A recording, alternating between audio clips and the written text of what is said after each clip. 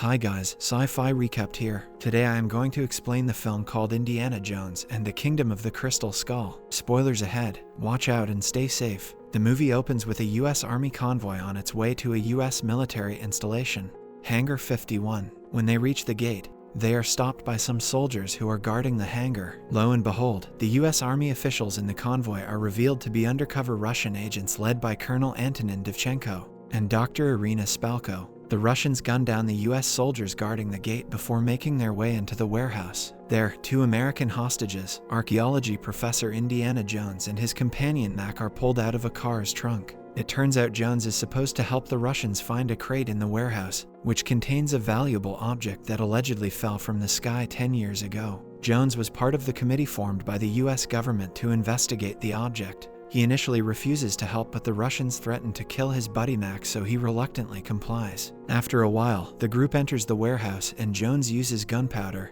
and cracked gun shells to locate the crate because the box's contents are highly magnetized. It's then revealed that the crate contains a humanoid form wrapped in a silver material. However, as Dr. Spalko cuts open the silver material, Jones grabs hold of a gun, passing another one to his friend Mac. Jones threatens to shoot Dr. Spalko, thinking she is in complete control of the situation. Lo and behold, Mac turns the gun on Jones, revealing that he is actually colluding with the Russians. Jones is taken aback, but he manages to distract the Soviets and get away. As the soldiers chase after Jones, Spalko attempts to drive off with the crate. Jones tries to stop her and retrieve the crate. He succeeds but is eventually forced to abandon the crate and escape to save his life. He walks all night through the desert until he finds shelter in a small town. However, he soon realizes that there are no inhabitants other than various mannequins. Suddenly, a warning siren goes off, and it's revealed that he's in a doomed town, a town created for the purpose of an atomic bomb test. Realizing that a nuclear bomb is about to flatten the town,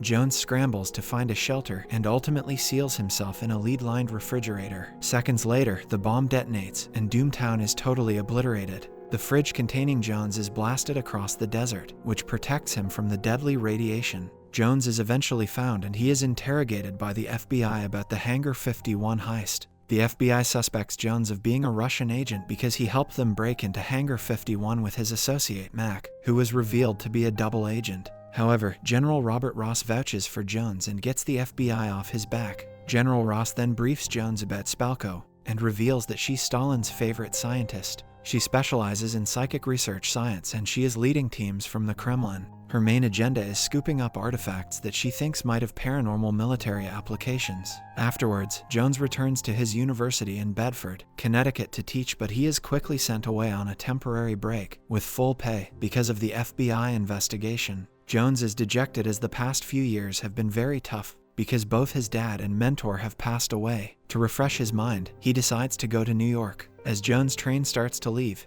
he is approached by a young man named Mutt Williams, who informs him about the danger to his close archaeologist friend Harold Oxley. This grabs Jones' attention and he cancels his plan to go to New York. Jones and Mutt then acquaint themselves with each other and it's revealed that Mutt's father died in the war, and Oxley helped his mother raise him. 6 months ago, Oxley sent a letter to Mutt's mother and told her that he's in Peru, where he has discovered a crystal skull which looks similar to the elusive Mitchell Hedges skull that was stolen from Acater, a mythical lost city made of solid gold in the Amazon in the 15th century. Legend has it that the Ugha tribe of the region were chosen by the gods 7,000 years ago to build the giant city out of solid gold. It had aqueducts and paved roads and technology that wouldn't appear again for 5,000 years. Discovering the skull has put Oxley's life in danger, and he is heading to the Acater with the skull. It's believed that whoever returns the skull to the city temple will be given control over its power. Many have lost their lives looking for the lost city, including a conquistador named Francisco de Orellana, who is believed to have been searching for the skull before vanishing mysteriously. Mutt reveals that his mother, Mary Williams, joined Oxley in his mission, but both of them got kidnapped by goons who were looking for the skull. However, Oxley has hidden the skull somewhere, and he refuses to hand it over to them no matter what. So, the goons have ordered Mary to bring the skull to save Oxley's life.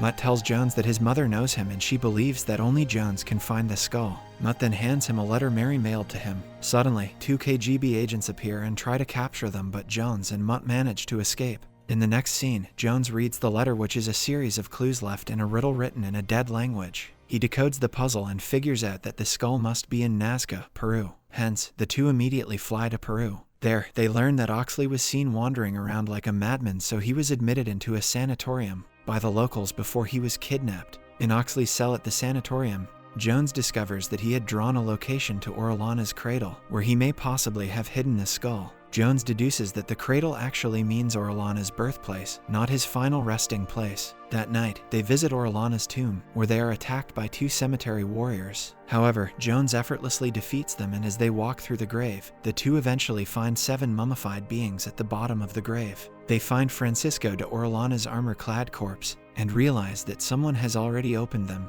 Lo and behold, Jones finds the real crystal skull hidden behind the corpse. Shocked, they prepare to leave, but just then, they find themselves surrounded by Soviets, including Mak, Divchenko, and Spalko. It turns out the Russians kidnapped Oxley, and they were the ones who opened Orellana's mummy in search of the skull. Jones and Mutt are immediately captured and taken to a Soviet camp in the middle of a jungle in Brazil. There, Jones reunites with a drunken Mak and chastises him for betraying his trust. In his defense, Mak says that he did it for money and encourages him to join hands with the Russians. Then, Spalko arrives and reveals that she wants to take the skull back to Akator and gain the power of mind control. She says the Russians wish to win the war using the greatest weapon of all, the mind. Jones laughs at the suggestion as he believes that these are all myths. However, Spalko disagrees. She strongly believes that the skull was not made by human hands, and the proof is the alien corpse she stole from Hangar 51 and other parts of the world. The aliens' bones are also made of crystal, and she hypothesizes that the aliens are probably distant cousins sent to find Akator. She then brings Jones' friend Professor Oxley,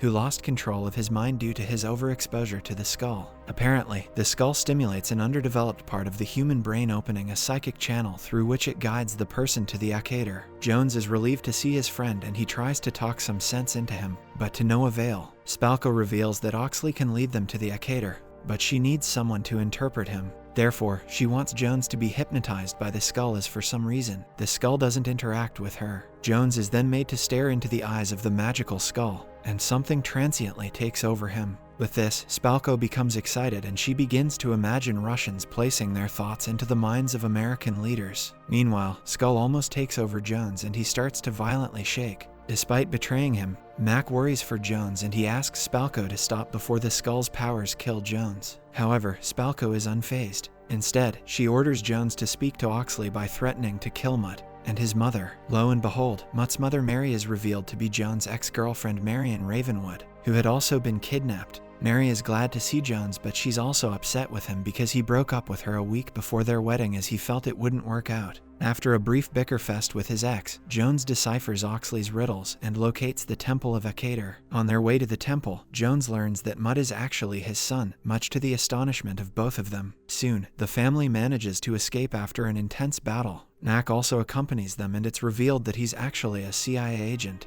After surviving 3 progressively higher waterfalls, the group enters a cavern shaped like a human head with a waterfall sprouting from its eyes. Inside a tunnel, they come across paintings which reveal that the extraterrestrial beings taught the Ugha tribes about agriculture. Suddenly, the group encounters some angry Ugha natives who chase them out of the cave and into the open on the other side of the tunnel. However, Oxley shows the locals the skull, which calms them down, and they retreat. Afterwards, they climb up a Mayan pyramid, and Jones finds a way to enter it. Meanwhile, Spalko and the remaining Russians track Jones using a tracking device. Jones and others enter a temple which contains artifacts from all over the world. Next, they unlock a huge red door which opens into a chamber with 13 crystal skeletons, all of them sitting in ornate gold thrones. Oxley walks up to the only skeleton with no head, and as he proceeds to place the skull back, Mak pulls a gun and orders him to stop. It turns out he lied about being a CIA. Spalko and the Russian soldiers also arrive after gunning down the Ugha tribe brutally. Spalko is mesmerized by the beauty of the skeletons, noting that they are a hive mind, of separate bodies, but of a single mentality. She then places the missing skull back where it belongs. The skeleton seemingly comes to life, and Oxley begins to speak in Mayan.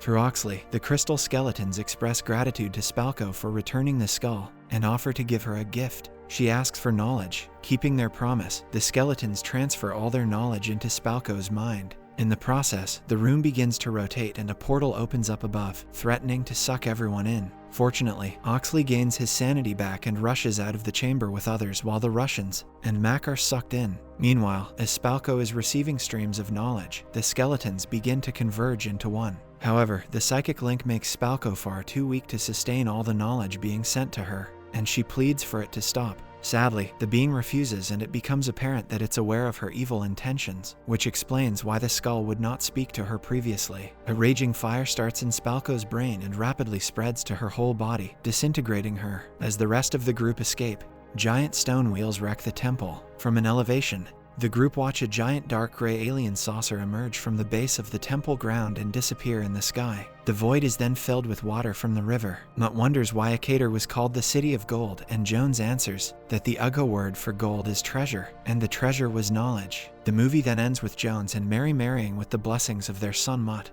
Thanks for watching. Subscribe and hit that like button to help our channel grow. Turn on the notifications so you won't miss any of our new videos.